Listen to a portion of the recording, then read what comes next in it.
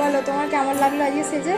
আমার খুব ভালো লাগলো, আমি যেটা চেয়েছিলাম তার থেকে আরো ভালো পেয়েছিস তো মনের মতো? মনের মতো পেয়েছি, খুব ভালো লাগছে।